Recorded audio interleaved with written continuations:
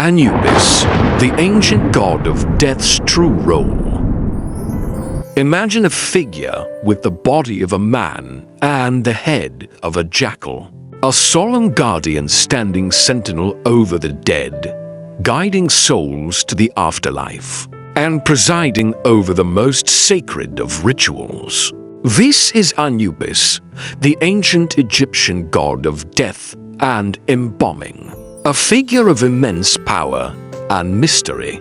But what if the Anubis we know from movies and pop culture is a dramatic oversimplification? What if, buried deep within the hieroglyphs and the tombs of the pharaohs, lies a truth far more profound? A truth about the role of this ancient god that could redefine our understanding of life, death, and the very nature of the universe. Tonight, on Enigma Unlocked, we descend into the shadows of the pyramids to uncover the shocking secrets of Egypt's most misunderstood god, Anubis, the ancient god of death's true role. Prepare to see death not as an end, but as a gateway.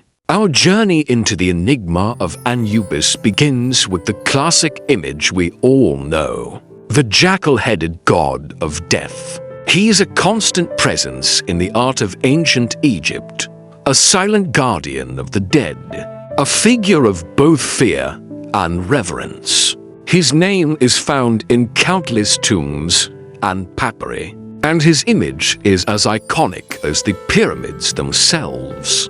But who was he? And what was his true role in the intricate tapestry of Egyptian mythology? Anubis's name comes from the Egyptian word impure, meaning to decay or to rot. This might sound grim, but in ancient Egypt, it was a practical and necessary part of the cycle of life and death. Anubis's primary role was as the god of embalming and mummification. He was the one who presided over the rituals of death, the one who prepared the body for its journey to the afterlife. He was the protector of the dead, a guide who ensured that the soul's journey was safe and successful. In a culture obsessed with the afterlife, Anubis was one of the most important gods of war. But why a jackal? The jackal was a common sight in ancient Egypt. They were scavengers, often seen at the edges of cemeteries, digging up buried bodies. This gave them a natural association with death and the grave. But for the Egyptians, this association wasn't one of fear and disgust, but of respect. They saw the jackal not as a scavenger, but as a guardian, a creature that roamed the desert and protected the dead from harm. Anubis, with his jackal head, was a powerful symbol of this guardianship, a protector who ensured that the dead would not be disturbed on their journey to the afterlife. This is a crucial distinction. For the ancient Egyptians, Anubis was not a symbol of a violent, indiscriminate death. Like the Grim Reaper, he was a guide, a protector, a god who ensured that the transition from life to death was a safe and peaceful one. He was a figure of reverence, not of fear. But what was his true role in the grander scheme of Egyptian mythology? What was his purpose in the judgment of the dead, the ultimate destination of every soul? The most famous and captivating aspect of Anubis's role is his place in the weighing of the heart ceremony. This was the ultimate judgment of the dead, a trial that every soul had to face to earn its place in the afterlife. The ceremony was presided over by Anubis, who would lead the soul into the Hall of Two Truths, where the heart of the deceased would be weighed against the feather of Mat, the goddess of truth and justice. The feather of Mat was a symbol of cosmic balance, of order and harmony. The heart, on the other hand, was the symbol of the soul's actions and deeds in life. If the heart was heavier than the feather, it meant that the soul was corrupted by sin and evil. The heart would then be devoured by a monstrous creature called a Myth, a goddess with the head of a crocodile, the body of a lion, and the hindquarters of a hippopotamus. The soul would then cease to exist, condemned to a second, final death. But if the heart was lighter than the feather, it meant that the soul was pure and virtuous. The soul would then be granted passage to the afterlife, to the fields of Elysium, where it would live forever in peace and prosperity. Anubis's role in this ceremony was not just as a judge, but as a guide and a protector. He was the one who held the scales, the one who ensured that the ceremony was fair and just. He was the one who protected the soul from the monstrous Myth, a terrifying creature that was a constant threat to the purity of the soul. Anubis's role was to ensure that the cosmic balance was maintained, that the righteous were rewarded, and that the wicked were punished. He was a figure of ultimate justice, a god who ensured that every soul got what it deserved. This is a profound and beautiful concept. It shows us that for the ancient Egyptians, death was not a random, meaningless event. It was a journey, a test, a trial that every soul had to face. Anubis, with his jackal head and his scales of justice, was a symbol of this journey, a guide who ensured that every soul found its rightful place in the cosmic order. He was a symbol of a death that was not an end, but a gateway to a new beginning. But the story of Anubis is not just a mythological tale. It's also a reflection of a real-world, scientific understanding of life and death that was far more advanced than we often give the ancients credit for.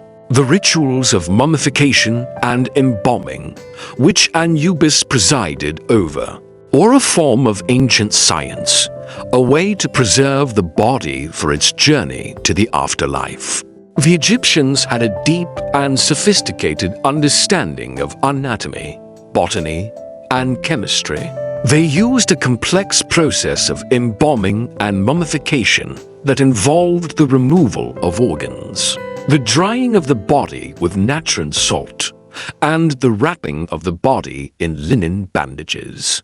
This process was so effective that it has preserved bodies for thousands of years, a testament to the advanced scientific knowledge of the ancient Egyptians. Anubis, with his jackal head and his role as the god of embalming, was a personification of this advanced scientific knowledge, a symbol of a culture that had a deep and profound understanding of the process of death. The rituals of mummification were also a form of ancient medicine.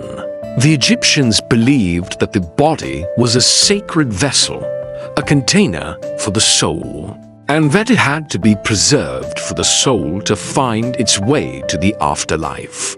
The process of mummification was not just a ritual, it was a medical procedure, a way to ensure that the body was as pure and as whole as possible for its final journey. Anubis, with his role as the god of embalming, was a protector of this process, a guardian of the body and the soul.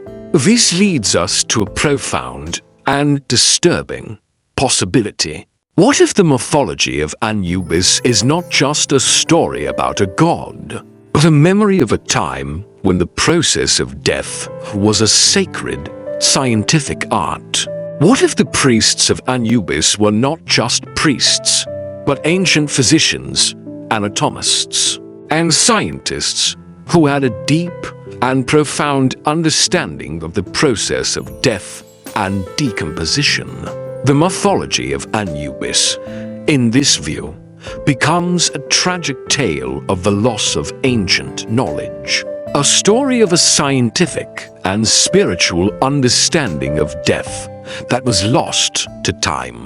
The legacy of Anubis is a testament to his power as a symbol. He is a symbol that transcends time and culture, a symbol that speaks to our deepest fears and our greatest mysteries.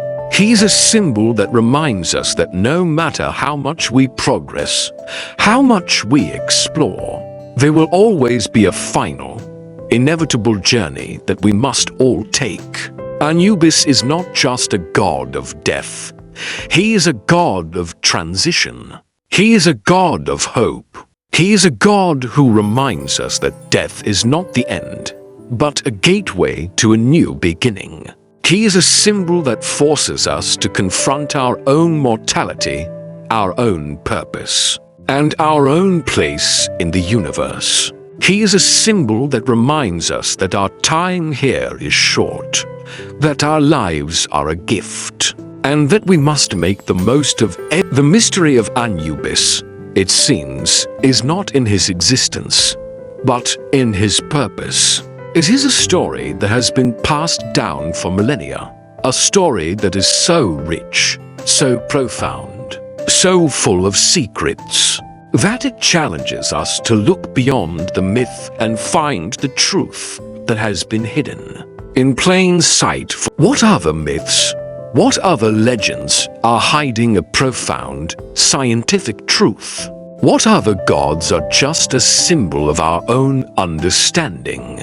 Thank you for joining us on this chilling journey into the heart of ancient Egypt's most powerful god. Your curiosity fuels our quest to uncover the unknown. If you enjoyed this deep dive into the darkest secrets of Anubis, please give this video a like.